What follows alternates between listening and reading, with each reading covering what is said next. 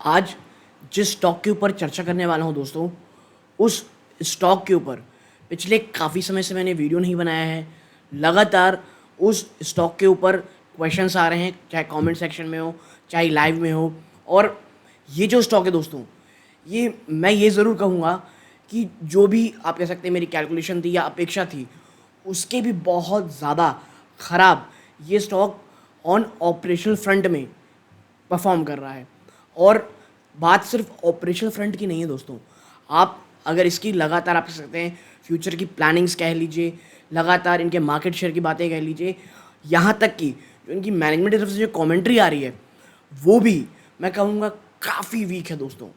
तो ये जो स्टॉक है, मैं 1500 के आसपास कह रहा था कि 1500-1600 के आसपास, कि शायद ये जो लेवल हैं ये काफ़ी अच्छे लेवल हैं एक्यूमुलेट के लिए, लॉन्ग टर्म के लिए।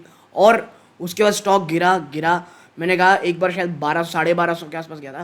मैंने कहा था ये अगर आप न्यू इन्वेस्टमेंट करना चाहते हैं अच्छे लेवल से हैं, एवरेज करना चाहते हैं अच्छे हैं। वहाँ से करेंटली ऊपर स्टॉक एक बार थोड़ा ऊपर है, 1400 के ऊपर ट्रेड कर रहा है जब मैं आपके सामने ये वीडियो रिकॉर्ड कर रहा हूँ। लेकिन मुझे इसका फ्यूचर बहुत ब्लीक लगता है दोस्तों। ठीक है, अगर आप इस स्टॉक में निवेशित हैं, आप स्टॉक में निवेश की सोच रहे हैं, मुझे लगता है अगर आप ये वीडियो देख लेंगे जो मैं ये बनाया हूँ, तो इसके बाद कोई और वीडियो देखने की शायद आपको ज़रूरत न पड़े दोस्तों। आपके कोई और विचार स्टॉक में हो, कमेंट बॉक्स में बताइएगा दोस्तों, क्योंकि यहाँ पे सबसे पहले स्टॉक प्राइस पे थोड़ा देखेंगे दोस्तों कि कहाँ तक गिरा हुआ है। फिर म्यूचुअल फंड, जी हाँ दोस्तों, म्यूचुअल फंड हाउसेस की बहुत तगड़ी इसमें होल्डिंग है दोस्तों। और कौन से वो फ्रंट हैं जहाँ पर ये इतना ज़्यादा वीक दिख रहा है दोस्तों। और Q4 के नंबर भी अन्य चीज़ों से कंपेयर करेंगे ताकि आपको समझ में आएगा कि एक्चुअल में प्रॉब्लम कहाँ है दोस्तों। और यकीन मानिए प्रॉब्लम मुझे वाकई में बहुत लग रही है। जो इस कैडर की कंपनी से हमें उम्मीद रखनी चाहिए थी, उससे बहुत बहुत बुरी परफॉर्मेंस ये कंपनी दिखा रही है दोस्तों। ठीक है, तो मुझे ये लगता है कि ये वीडियो आपको पूरी तरह देखना चाहिए, भले ही थोड़े टुकड़ों में देखें। लेकिन मैं कहूँगा अगर आप स्टॉक में इन्वेस्टमेंट की सोच रहे हैं तो इस वीडियो को प्लीज़ अंत तक ज़रूर देखिएगा दोस्तों।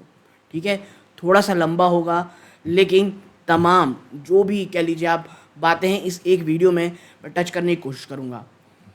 और मैं ऐसे ही वीडियोस बनाता हूं दोस्तों, तो अगर पहली बार आए हैं सब्सक्राइब का बटन दबा दें, और वीडियो अच्छी लगती हो लाइक ज़रूर कीजिएगा।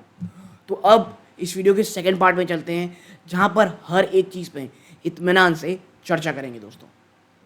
अब आपकी स्क्रीन में दिख रहा होगा वर्लपुल ऑफ इंडिया। ठीक है, लगभग 0.66% की आपको स्टॉक में गिरावट देखने को मिल रही है। ठीक है, और ये कितना कह सकते हैं निवेशकों के लिए कितना ख़राब स्टॉक रहा है पिछले एक साल में। आप देखिए तो माफ़ कीजिए, पिछले एक साल में अगर मैं आप देखेंगे तो स्टॉक ने, आप यहाँ देखें तो निचले स्तरों से, माफ़ कीजिएगा ये ऊपर है, वहाँ से अगर मैं आपको दिखाऊं तो स्टॉक ने ऑलमोस्ट 31.80% की अपने निवेशकों को गिरावट दिखाई है। ठीक है, यानी आप समझ सकते हैं।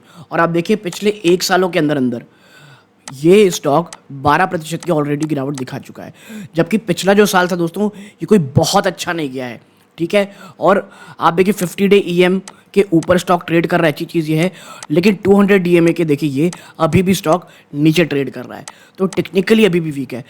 लेकिन दोस्तों टेक्निकलिटीज़ उससे ज़्यादा मुझे जो प्रॉब्लम है ना इस स्टॉक से, वो है इसकी आप कह सकते हैं परफॉर्मेंस से। मैं क्यों आपको थोड़ी देर में बताऊँगा, लेकिन एक चीज़ मैं बता दूं आपको कि अगर आपके पास ये वर्लपुल इंडिया, आप कह सकते हैं इसका अगर हम देखें कि भाई इसका जो 52 वीक लो रहा है पिछले एक साल में, लगभग 1250 रुपये के आसपास रहा है दोस्तों। अगर आपके पास वहाँ पे है और आप थोड़े से, अब मैं कह सकता हूँ कि थोड़े से एक लॉन्ग टर्म विजन के इन्वेस्टर हैं, तो स्टॉक में आप एक बार मुझे लगता है थोड़ा सा आप इसमें रुक सकते हैं। लेकिन देखिए अभी कोई बहुत बड़ा ब्रेकआउट आएगा ऐसा मुझे नहीं लगता है। ठीक है, लेकिन 1250 हज़ार रुपये के आसपास वर्लपुल एक बहुत अच्छी कंपनी, इसमें कोई डाउट नहीं है, लेकिन वो परफॉर्मेंस नहीं आ रही दोस्तों। और आप देखें, और मैं आपको दिखाऊं, आप म्यूचुअल फंड की ओनरशिप देखिए, आप देखें यहाँ पे इंस्टीट्यूशनल ओनरशिप देखेंगे तो वो अभी भी 14.27% पे है दोस्तों। ठीक है, और म्यूचुअल फंड ओनरशिप कितनी है? 12.62%, ठीक है। और 25% आप कह सकते हैं इसका फ्लोट है। आप देखिए कोटक इमर्जिंग इक्विटी फंड, आप देखिए कोटक इमर्जिंग इक्विटी फंड, ये वो फंड है जिसके पास हाईएस्ट होल्डिंग है स्टॉक की, ठीक है। फिर आदित्य बिरला हो गए, यूटीआई हो गए, फ्रैंकलिन हो गए। तो ये तमाम चीज़ें आपको स्टॉक में देखने को मिल रही हैं दोस्तों, ठीक है। तो एक अच्छी इंस्टीट्यूशन ओनरशिप है, सब हर एक चीज़ है। तो आखिर प्रॉब्लम क्या है? देखिए प्रॉब्लम ना, आप देखिए सबसे पहले आपको मैं एक इसकी क्वार्टर रिजल्ट में दिखाता हूँ। आप देखें रेवेन्यू की बात करेंगे तो ये मिलियन रुपीज़ में है दोस्तों।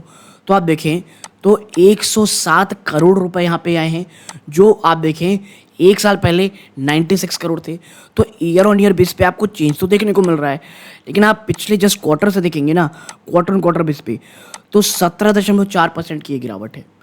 बात करें एबिटा की दोस्तों, तो यहाँ पर भी ईयर ऑन ईयर तो इंप्रूवमेंट है, लेकिन क्वार्टर क्वार्टर गिरावट है। देखिए एक साल पहले तो इस कंपनी के बहुत ही बुरे हाल थे, तो साल दर साल में जो आप तेज़ी देख रहे हैं उससे मैं पर्सनली उतना कोई खुश नहीं हूँ दोस्तों। आप देखिए एबिटा मार्जिन साल दर साल में भी आपको अच्छी ही दिखेंगी, लेकिन प्रॉब्लम है दोस्तों इसके क्वार्टर क्वार्टर में लगातार हो रही गिरावट का, क्योंकि कोई भी आप कह सकते हैं मजबूती मुझे नहीं दिखती स्टॉक में, ठीक है। अब थोड़ा बात करते हैं कि एक्चुअल रीज़न क्या है। देखिए यहाँ पे आप global parent guidance continue to imply only a gradual recovery in current year 2023, ठीक है। आप समझिए कि जो उसकी ग्लोबल पेरेंट है कंपनी है, वो भी ये कह रही है कि भाई बहुत थोड़ी सी आपको यहाँ रिकवरी देखने को मिलेगी। कैसे? आप देखिए जो वर्लपुल कॉर्पोरेशन है उसकी जो इंडियन एंटिटी है यूएस बेस्ड पेरेंट, उससे 2 से 4% ही रेवेन्यू ग्रोथ की गाइडेंस दी है एशिया रीजन में। पूरे की पूरे एशिया रीजन में मात्र 2 से 4% की आपको यहाँ वृद्धि देखने को मिलेगी, और 60 बेसिस पॉइंट की year on recovery EBIT margin में देखने को मिलेगी, ठीक है। और वो भी broadly back to the levels of 2021, और ये वापस से 2021 के लेवल तक पहुंच जाएंगे दोस्तों एबिट जो है। तो आप देख रहे हैं कि जो मैं ये कह रहा था ना कि कोई आपको मल्टी बैगर ये स्टॉक दिख जाएगा, तो मुझे अभी करंटली नहीं लगता। अब देखिए कुछ भी आप ऐसे नहीं कह सकते, कुछ ऐसी चीज़ें हो गई आने वाले 2-3 महीने में तो मैं नहीं कह सकता। कोई ऐसा पॉजिटिव ब्लैक स्वॉन इवेंट हो गया तो नहीं कहता, लेकिन हाँ कुछ नॉर्मल सिनेरियोस में अभी कोई भी अच्छी चीज़ नहीं दिखती।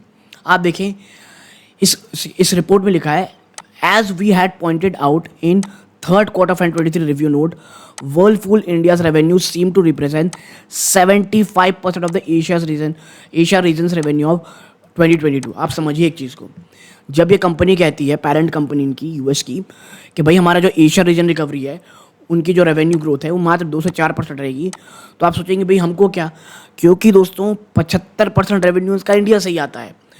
Therefore a sharp recovery seems unlikely for Indian business in upcoming year.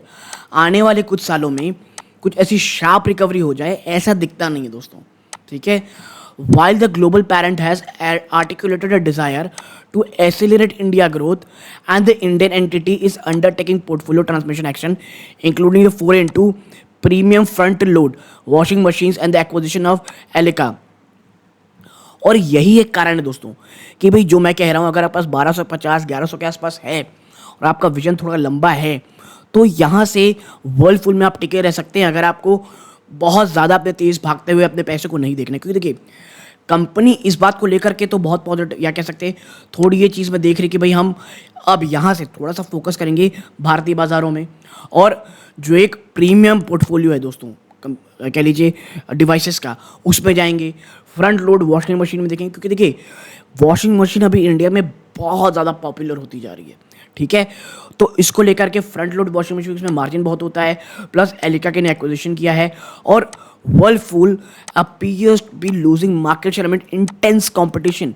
और यही मेरा सबसे बड़ा प्रॉब्लम है।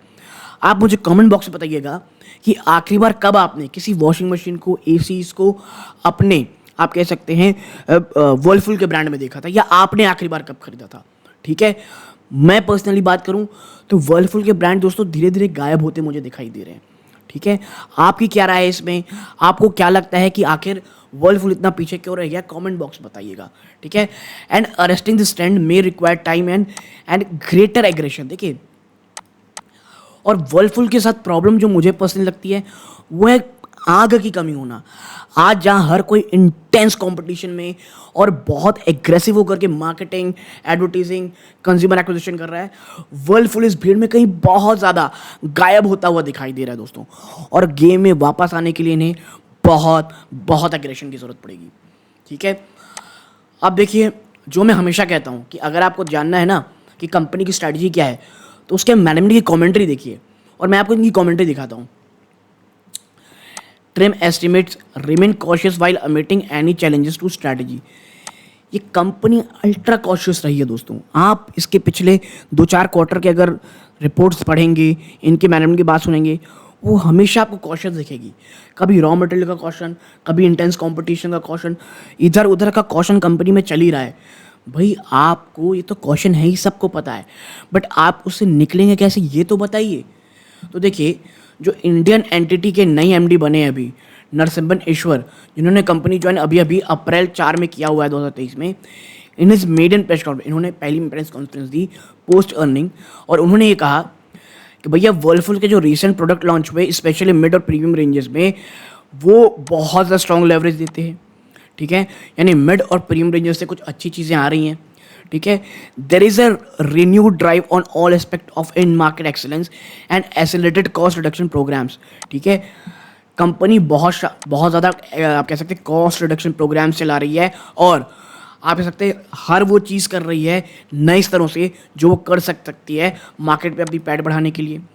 Now, while awaiting the result of these, we trim EPS estimate by 1% each of financial 24-25 और 24-25 को लेकर के अपने EPS को इन्होंने 1% में की कमी दिखाई है दोस्तों।